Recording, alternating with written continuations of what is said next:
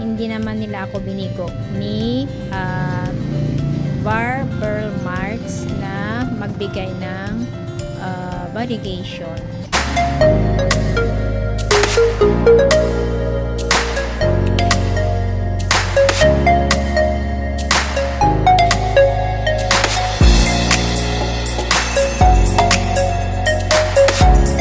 So, ito yung aking isang favorite ngayon sa aking munting hardin. Itong aking latest na boogie na lavender ang kanyang flowers. Ayan. So, lahat itong mga flowers na ito ay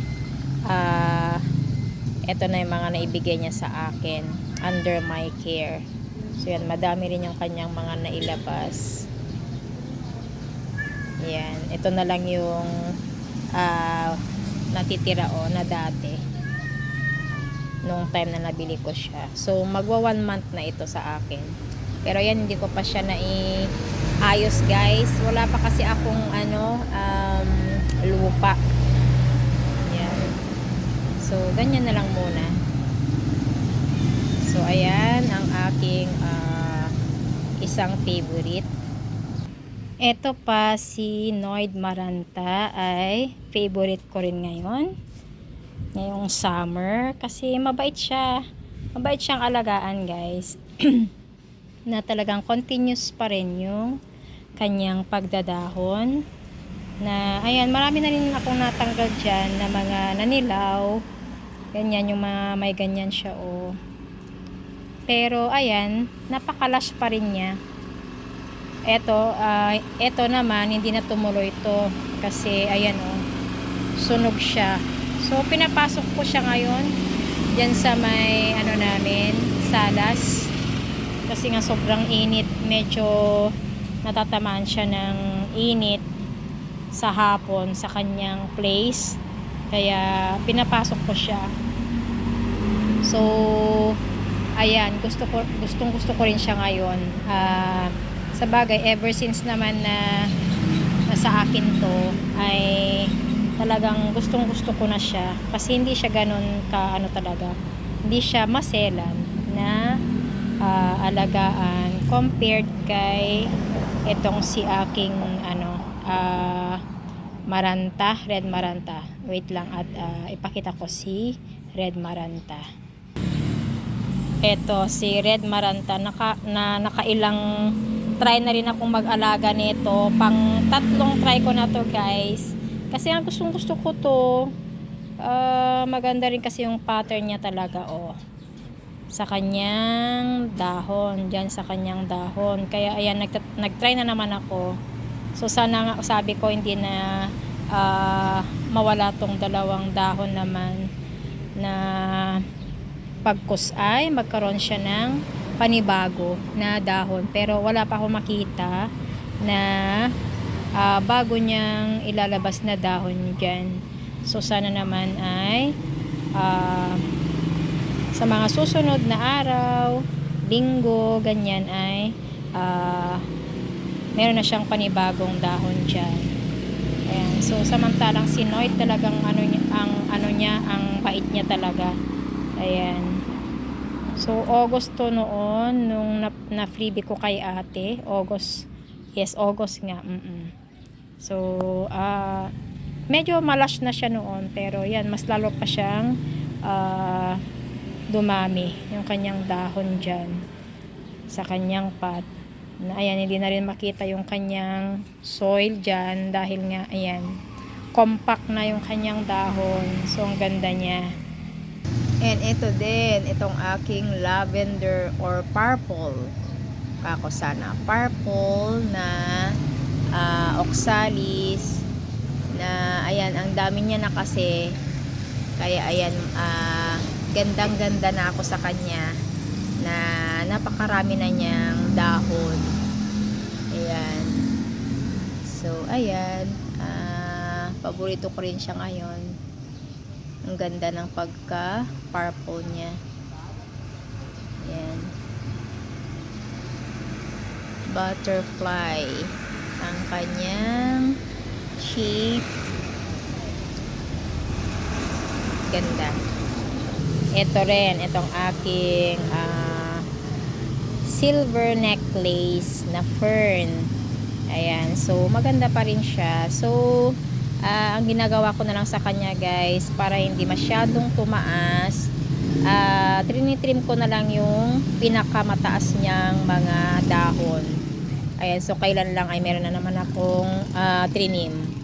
Ito yon, dalawa yata yung natanggal ko eh. Ay, ito pa yung isa, oh. Yan, na-trim ko din siya. Ito na lang yung medyo mahaba. Yan, para ano ba, hindi siya masyadong mabigat kasi kapag masyadong mataas yan, magdudrupi din lang yung kanyang dahon. So, yun na lang yung ginagawa ko. Trim ko na lang. So, ayan. Mas maganda siyang tignan. Yan. And ito rin, itong aking cute na si anong pangalanan nito? Cryptanthus. Yan. So, lumabas na ulit yung kanyang magandang kulay. Kasi ito dati, nilalagay ko siya sa loob ng bahay. So, nag-pale siya. Naging pale yung kanyang kulay. So, ngayon, at naiinitan siya, bumalik na naman yung kanyang magandang kulay. Ayan. Pero ito, mailalaki din naman to eh. Itong Cryptanthus na to. So, gusto ko siyang mailipat soon sa mas malaking pot. Ayan, para mas makalaki siya.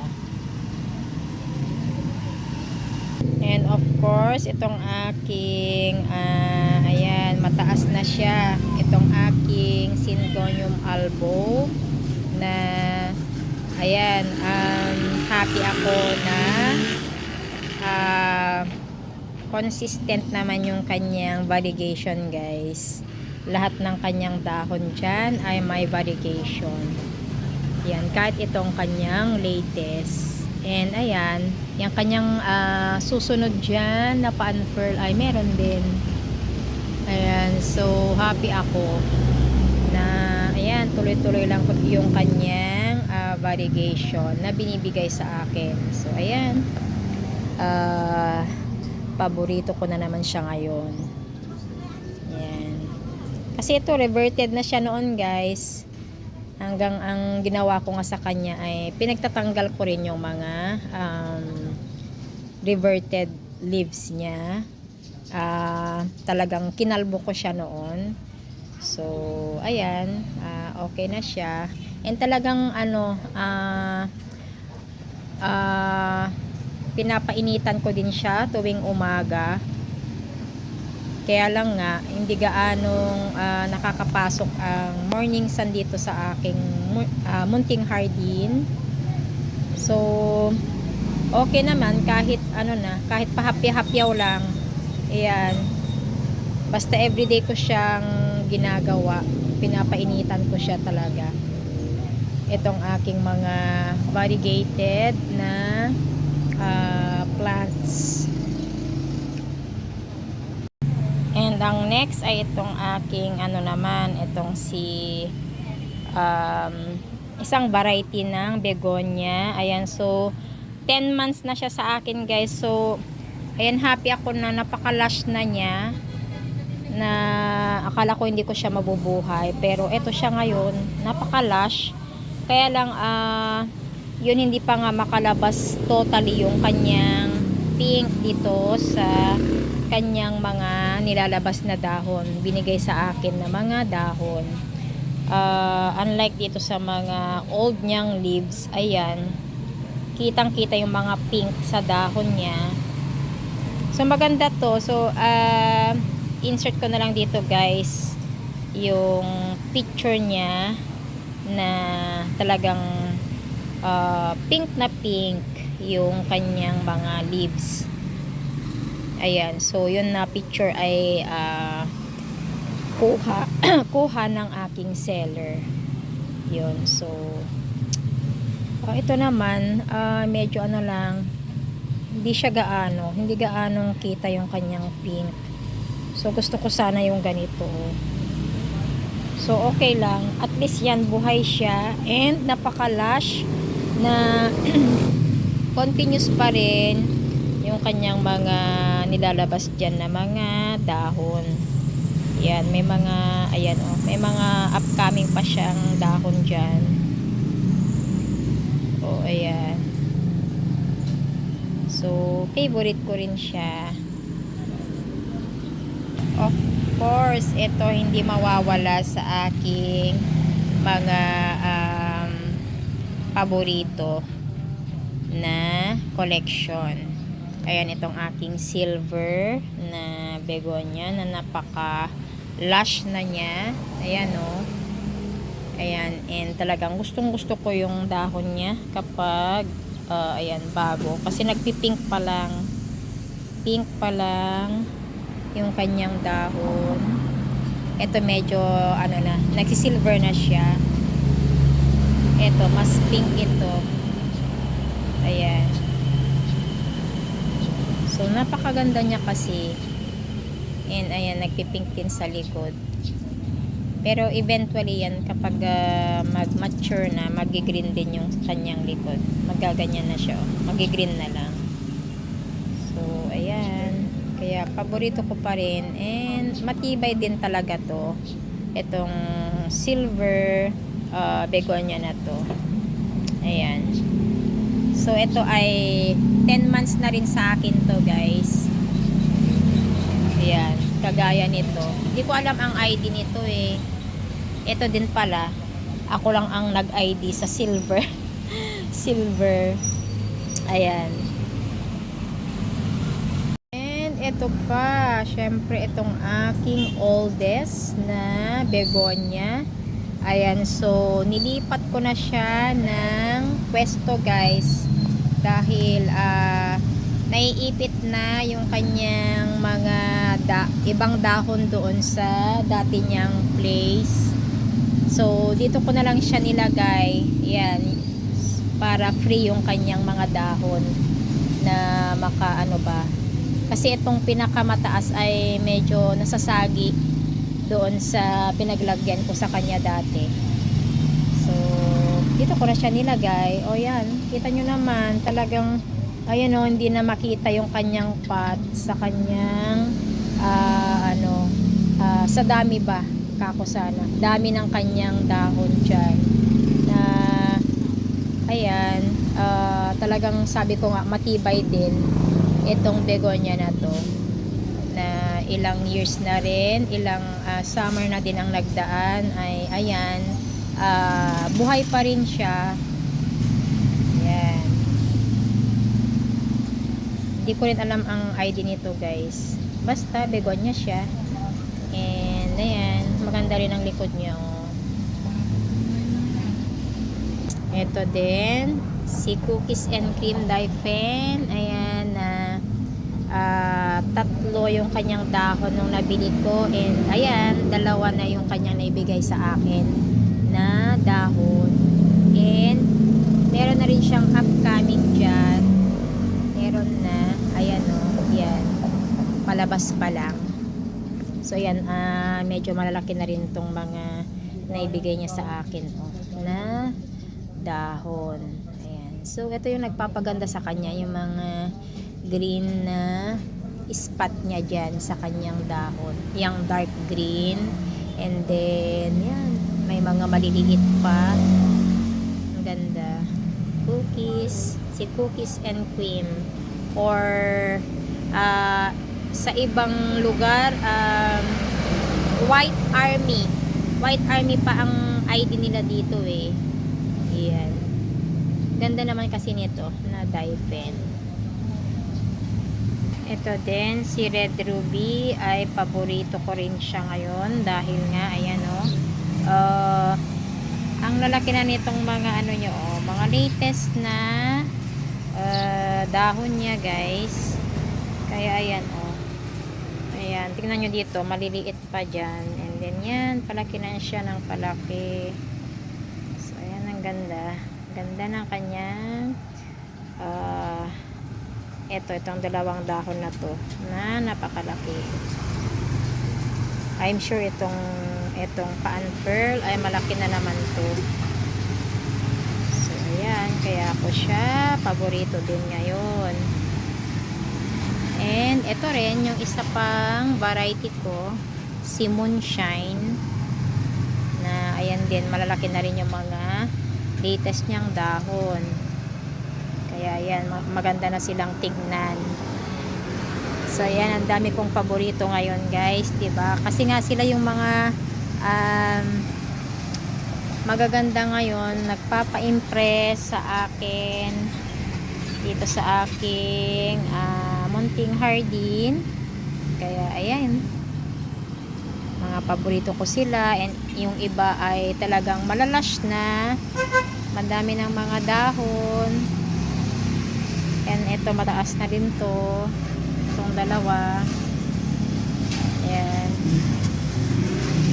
kaya paborito ko sila. And of course, itong aking var na Burl Marks na ayan, kaya ko siya paborito rin ngayon ay dahil nakapag ano na naman siya, nakapag labas naman siya ulit ng variegated na leaves na ayan, 3 agad yung kanyang nilabas. Ayan, na matagal siyang hindi nakapaglabas ng variegated hanggang nung inayos ko nga siya. Ayan, tinanggalan ko ng madaming reverted leaves, ay ayan, naglabas naman siya ulit.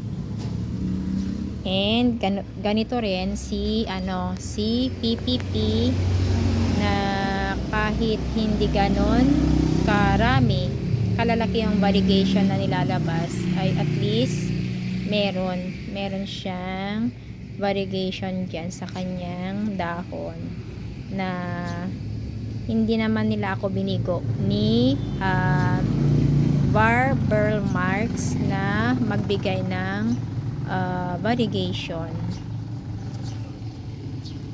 Ayan, ganyan, mga ganyan lang, pero at least meron.